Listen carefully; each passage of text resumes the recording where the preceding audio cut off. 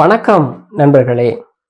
சிவபெருமானினுடைய பரம பக்தராக இருந்து மரணத்தை வென்ற மார்கண்டேயரினுடைய வரலாற்றினை பற்றியும் அவர் உபதேசித்த அந்த மிருத்யுஞ்சய மந்திரத்தை பற்றியும் நாம் இப்பதிவிலே பார்க்கலாம். இந்த மார்கண்டேயர் சிவபெருமானினுடைய பரிபூரண அருளை பெற்றவர்.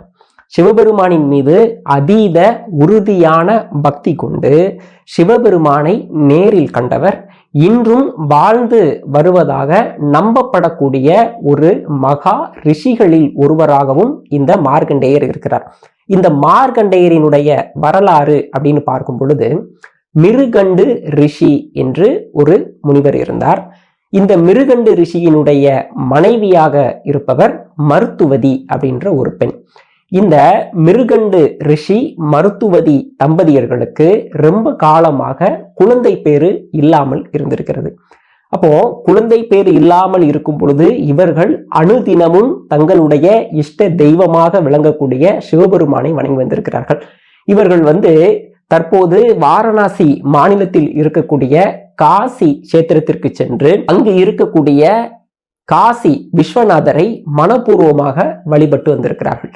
இவர்கள் பல காலங்களாக அங்கேயே தங்கி இருந்து அந்த காசி விஸ்வநாதரை இவர்கள் வழிபட்டிருக்கிறார்கள். இந்த மிருகண்டு ரிஷியினுடைய பக்தியிலே, அவர்களுடைய வழிபாட்டிலே மகிழ்ந்த சிவபெருமான் இந்த மிருகண்டு ரிஷியினுடைய முன்பாக சிவபெருமான் வருகிறார். உங்களுக்கு என்ன வரம் வேண்டும் அப்படின்னு கேட்கும் பொழுது இந்த மிருகண்டு ரிஷி சொல்றாரு, வெகு காலமாக எங்களுக்கு குழந்தை பேர் இல்லை, எங்களுக்கு குழந்தை வரம் வேண்டும் அப்படின்னு இந்த மிருகண்டு ரிஷி கேட்கிறார். இப்ப சிவபெருமான் திருப்பி கேட்கிறார், 100 ஆண்டுகள் வாழக்கூடிய மிகவும் கொடூரமான புத்தி கொண்ட அரக்க குணம் கொண்ட ஒரு புதல்வன் உனக்கு வேண்டுமா, அல்லது 16 வயது வரை மட்டுமே வாழக்கூடிய நல்ல மகன் வேண்டுமா அப்படின்னு கேட்கிறார். சிவபெருமான் என்ன கேட்கிறாரு, 100 வரை வாழக்கூடிய புதல்வன் ரொம்ப அரக்க குணம் கொண்டவனாக இருப்பான், தீய வழிகளில் செல்லக்கூடியவனாக இருப்பான், ஆனா 100 ஆண்டுகள் வாழ்வான். ஆனா நல்ல பையனாக இருப்பான், பேரும் ஊரும் சிறக்க வாழ்வான், பெற்றோர்களுக்கு பெருமையாக இருப்பான். ஆனால் அந்த பையன் 16 வயது வரை மட்டுமே வாழ்வான். இந்த 2 பேர்ல உனக்கு யார் வேண்டும் அப்படின்னு சிவபெருமான் இந்த மிருகண்டு ரிஷி கிட்ட கேட்கிறாரு. இப்ப இந்த மிருகண்டு ரிஷி கேட்கிறாரு, கெட்ட புதல்வன், தீய பழக்க வழக்கங்கள் உள்ள ஒரு புதல்வன் பிறந்துட்டான்னா அவன் வீட்டிற்கும் வெளி மக்களுக்கும் அதிக அளவிலே தொல்லையாக இருப்பான். அதனால அப்படிப்பட்ட ஒரு பிள்ளை எங்களுக்கு வேண்டாம், 16 வயது வரை மட்டுமே வாழ்ந்தாலும் கூட நல்ல மகனாக இருப்பது போன்ற ஒரு மகன் மட்டும் எங்களுக்கு போதும் அப்படின்னு மிருகண்டு ரிஷி கேட்கிறாரு. சிவபெருமானும் அப்படியே வரம் தருகிறார். உனக்கு ஊர் வெச்ச, ஊரார் புகழ, பெற்றோர்களுக்கும் ஊருக்கும் பெருமை சேர்த்து வரக்கூடிய 16 வயது வரை மட்டுமே வாழக்கூடிய ஒரு மகன் உனக்கு பிறப்பான் அப்படின்னு சிவபெருமான் வரம் கொடுத்து விட்டு அங்கிருந்து மறைந்து விடுகிறார். அடுத்த ஓராண்டுகளுக்கு உள்ள இந்த மிருகண்டு ரிஷி மருத்துவதி தம்பதியர்களுக்கு ஒரு அழகான ஆண் குழந்தை பிறக்கிறது. அந்த ஆண் குழந்தைக்கு மார்கண்டேயன் என்று பெயரிட்டு மிருகண்டு ரிஷி வளர்த்து வருகிறார். அந்த குழந்தை பிறந்தது முதலே எல்லோரிடமும் அதிக அன்பாக பழகுகிறது, நன்றாக வித்தியைகளை எல்லாம் கற்றுக்கொள்கிறது, சிவபெருமானின் மீது அதீத அன்பு கொண்டதாக இருக்கிறது, எல்லோருக்கும் உதவி செய்கிறது. யாருக்காவது கஷ்டம் அப்படின்னு சொன்னா உடனடியாக சென்று அந்த கஷ்டப்படுபவர்களுக்கு சேவைகளை செய்கிறது. இப்படி ஊர் மக்கள் எல்லோருமே பாராட்டும் விதமாக அந்த மார்கண்டேயன் என்கிற குழந்தை வளர்ந்து வருகிறது. மகனுடைய அந்த நல்ல பெயர் வாங்கக்கூடிய அந்த தோற்றத்தினை கண்டு, அந்த நிகழ்வை கண்டு, அந்த மார்கண்டேயனுடைய தாய் தந்தையராக இருக்கக்கூடிய மிருகண்டு ரிஷியும் மருத்துவதி அம்மையாரும் மிக அதிக அளவிலே நிம்மதியாக இருக்கிறார்கள். சிவபெருமானுக்கு அதீதமாக நன்றியினை செலுத்துகிறார்கள். இப்படி இருக்கக்கூடிய காலகட்டத்துல இந்த மார்கண்டேயனுக்கு 16 வயது நெருங்குகிறது. இந்த பையன் 16 வயது வரை மட்டுமே வாழ்வான் அப்படிங்கிற உண்மை தெரிஞ்சதுனால இந்த மிருகண்டு ரிஷியும் மருத்துவதி அம்மையாரும் தங்களுடைய மனதிலே மிக அதிகமாக சஞ்சலங்களை அடைகிறார்கள். எந்த ஒரு செயலுமே ஒரு முழு ஈடுபாடு இல்லாம எந்த நேரமுமே ஒரு சோகமாக ஒரு நிகழ்விலேயே இவங்க 2 பேருமே இருக்கிறாங்க. இதை காலங்கள் செல்ல செல்ல இந்த மார்கண்டேயனை அதை புரிந்து கொள்கிறான். தன்னுடைய தாய் தந்தையர்கள் ஏதோ ஒரு விஷயத்தை நினைச்சு அவர்கள் மனம் குழம்பி இருக்கிறார்கள், மனம் சோகத்திலேயே இருக்கிறார்கள் அப்படின்னு சொல்லிட்டு இந்த மார்கண்டேயன் அவர்களுடைய பெற்றோர்கள் கிட்ட கேட்கிறான், எதனால கொஞ்ச காலமாக நீங்கள் அதிக சோகத்தோடு இருக்கிறீர்கள் அப்படின்னு கேட்கும் பொழுது அந்த பெற்றோர்கள் இந்த மார்கண்டேயன் கிட்ட சொல்றாங்க, நீ சிவபெருமான் எனக்கு கொடுத்த வரம், நீ சிவபெருமான் எங்களுக்கு கொடுத்த வரம், நீ நல்ல பையனா இருப்ப, எல்லார்கிட்டையும் பேர் வாங்குவ அப்படின்னு சிவபெருமான் சொன்னாரு. ஆனா அதே சிவபெருமான் நீ 16 வயது வரை மட்டுமே வாழ்வாய் அப்படின்னும் இந்த சிவபெருமான் எங்களுக்கு சொல்லியிருக்கிறாரு. உனக்கு 16 வயது முடிகிறதுக்கு இன்னும் கொஞ்ச நாள் தான் இருக்கு, அதனால எங்களை விட்டு நீ பிரிய போகிறாய் அப்படிங்கிறத நினைச்சுதான் நாங்கள் அதிக வருத்தமாக இருக்கிறோம் அப்படின்னு இந்த மிருகண்டு ரிஷியும் மருத்துவதி அம்மையாரும் மார்கண்டேயன் கிட்ட சொல்றாங்க. இதை கேட்ட மார்கண்டேயன் எனக்கு வாழ்வளித்த சிவபெருமானிடமே சென்று நான் மீண்டும் வாழக்கூடிய ஒரு வரத்தினை வாங்கி வருவேன். எனக்கு வாழ்க்கை பிச்சை போட்ட அந்த சிவபெருமான் என்னுடைய உயிரை எடுக்க மாட்டார், என்னுடைய உயிர் என்னை விட்டு பிரியவும் அவர் அனுமதிக்க மாட்டார். நிச்சயமாக நான் சிவபெருமானிடமே சென்று உங்களது கவலைகளை நான் போக்குவேன், எப்பொழுதுமே நான் உங்களோடு இருப்பேன் அப்படின்னு சொல்லிட்டு அந்த மார்கண்டேயன் சிவபெருமானை நோக்கி செல்ல ஆரம்பிக்கின்றான். இந்த மகனினுடைய பிடிவாதத்தை பார்த்த அந்த பெற்றோர்கள், சரி சிவபெருமான் கொடுத்த பிள்ளை தானே, அவர் விருப்பப்படி என்ன வேணாலும் நடக்கட்டும் அப்படின்னு அவர்களும் நினைத்து இந்த மார்கண்டேயனை வழி அனுப்பி வைக்கிறார்கள்.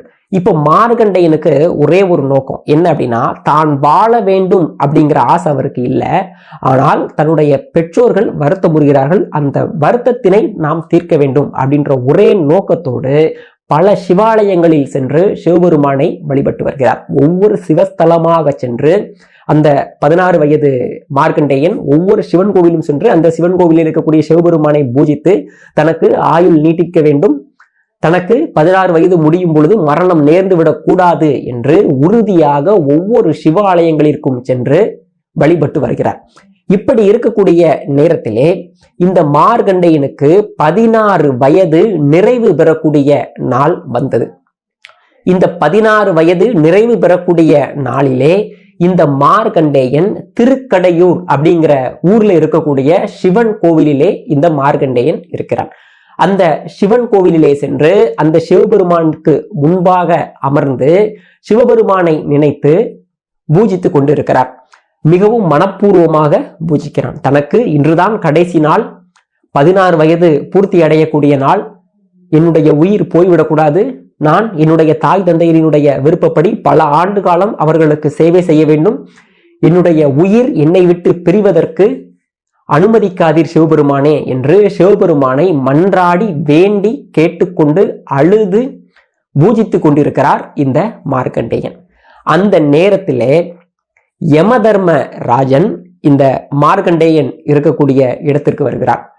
யமதர்மராஜன் எல்லாருடைய உயிரையுமே எடுக்கிறதுக்கு போக மாட்டார்.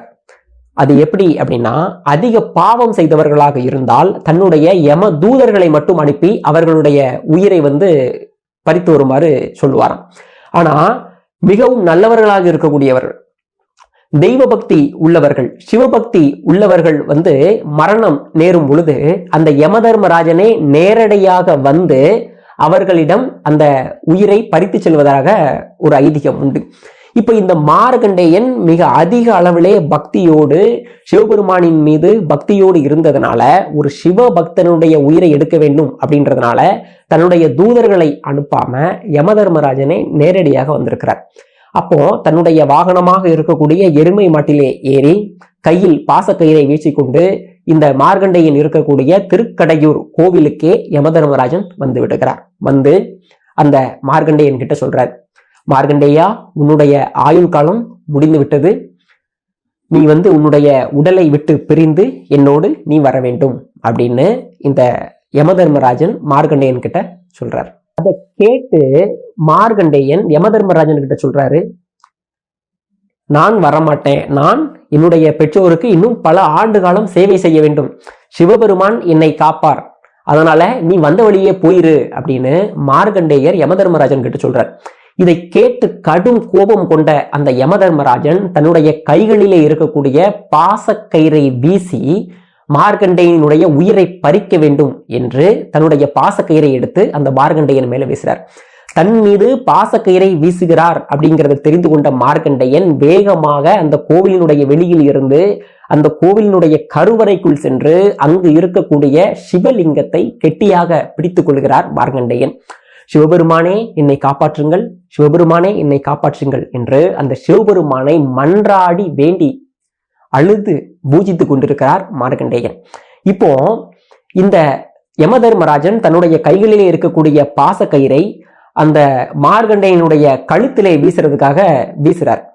அப்படி அந்த பாசக்கயிறை வீசும் பொழுது அந்த மார்கண்டேயனுடைய கழுத்தோடு சேர்த்து சிவலிங்கத்தையும் சேர்த்து அந்த பாசக்கயிறு மாட்டிக்கொண்டது. அந்த சிவலிங்கத்தோடு சேர்த்து இந்த பாசக்கயிறை யமன் இழுக்கிறார்.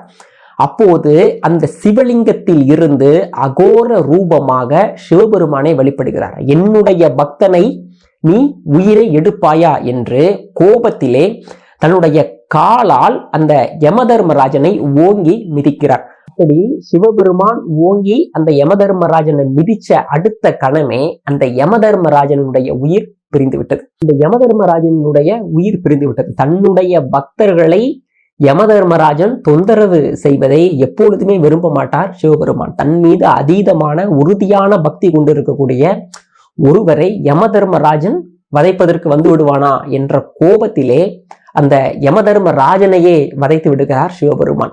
இப்போ இந்த யமதர்மராஜனுடைய உயிர் பிரிந்த அடுத்த கணமே அங்கு பூமாதேவி வந்து விடுகிறாள். வந்து சிவபெருமானே, யமதர்மராஜன் இல்லாவிட்டால் இந்த பூலோகத்தில் மக்களுடைய எண்ணிக்கை கூடும், அவர்களுடைய பாரங்களை என்னால் சுமக்க இயலாது. அதனால மீண்டும் தயவு செய்து யமதர்மராஜனுக்கு உயிர் கொடுத்து மீண்டும் அவரது பணியினை செய்வதற்கு ஆணையிடுங்கள். என்னால் பூமியினுடைய பாரத்தை தாங்க முடியாது அப்படின்னு பூமாதேவி வந்து சிவபெருமான் கிட்ட மன்றாடி கேட்கிறார்.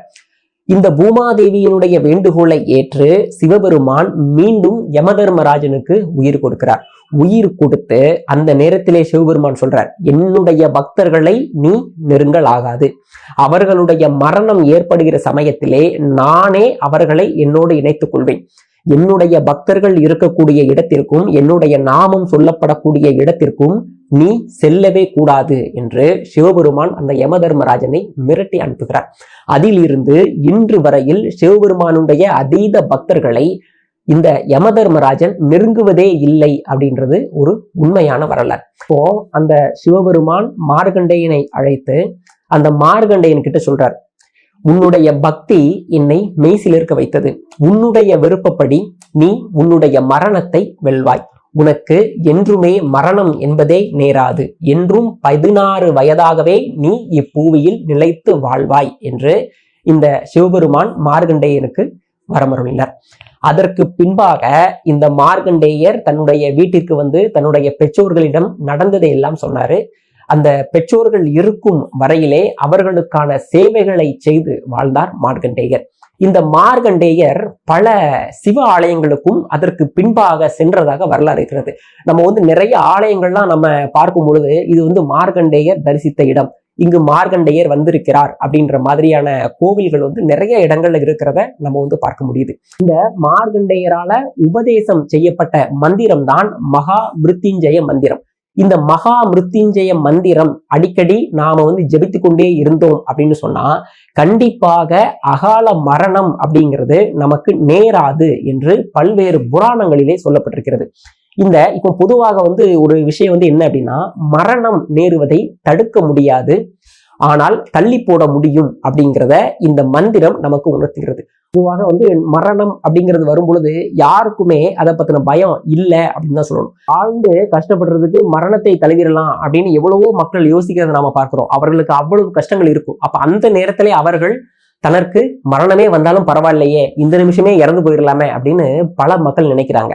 ஆனால் அவர்களுடைய வருத்தங்கள் எல்லாம் எதை பற்றி இருக்கிறது அப்படின்னா, தன்னுடைய மரணத்திற்கு பின்னால் தன்னுடைய பிள்ளைகளை யார் பாதுகாப்பார்கள், தன்னுடைய மனைவியை யார் பாதுகாப்பார்கள், தன்னுடைய குடும்பத்தை யார் பாதுகாப்பார்கள், இப்படிப்பட்ட சிந்தனையிலே இருக்கிறதுனாலதான் பல மக்கள் தன்னுடைய மரணத்தை தவிர்க்க வேண்டும், மரணத்தை கண்டு பயம் கொள்வதற்கான காரணமே இதுதான்.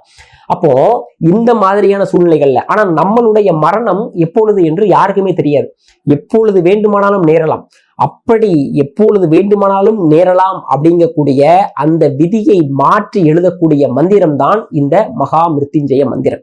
இந்த மகா மிருத்யுஞ்சய மந்திரத்தை உபதேசித்தவரே இந்த சிவபெருமானினுடைய நேரடி அருளை பெற்ற இன்றைக்கு நாம் பார்க்கக்கூடிய இந்த மார்கண்டேய ரிஷி தான்.